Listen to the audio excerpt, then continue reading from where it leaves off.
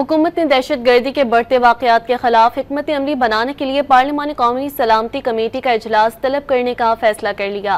पार्लिमानी कौमी सलामती कमेटी का बंद कमरा इजलास बुध या जमेरात को तलब किए जाने का इम्कान है। इजलास की सदारत स्पीकर कौमी असम्बली अयाज सादिक करेंगे। वज़ीर आज़म शहबाज शरीफ, आला अस्करी क़यादत और इंटेलिजेंस इदारों के सरबराह भी शिरकत करेंगे। पूरे हाउस को सलामती कमेटी में तब्दील किया जाएगा। आला अस्करी क़यादत खैबर पख्तूनख्वा और बलूचिस्तान में दहशत गर्दी की बढ़ती वजूहात पर ब्रीफिंग देगी। अरकान के सवालात के जवाब भी दिए जाएंगे। बिलावल भुट्टो की नेशनल एक्शन प्लान की तजदीद की तजवीज़ का भी जायजा लिया जाएगा।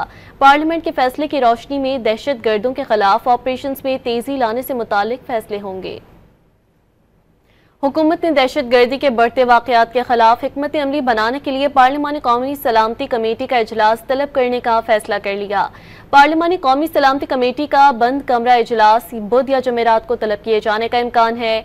इजलास की सदारत स्पीकर कौमी असम्बली अयाज सादिक करेंगे। वज़ीर आज़म शहबाज शरीफ, आला अस्करी क़यादत और इंटेलिजेंस इदारों के सरबराह भी शिरकत करेंगे। पूरे हाउस को सलामती कमेटी में तब्दील किया जाएगा।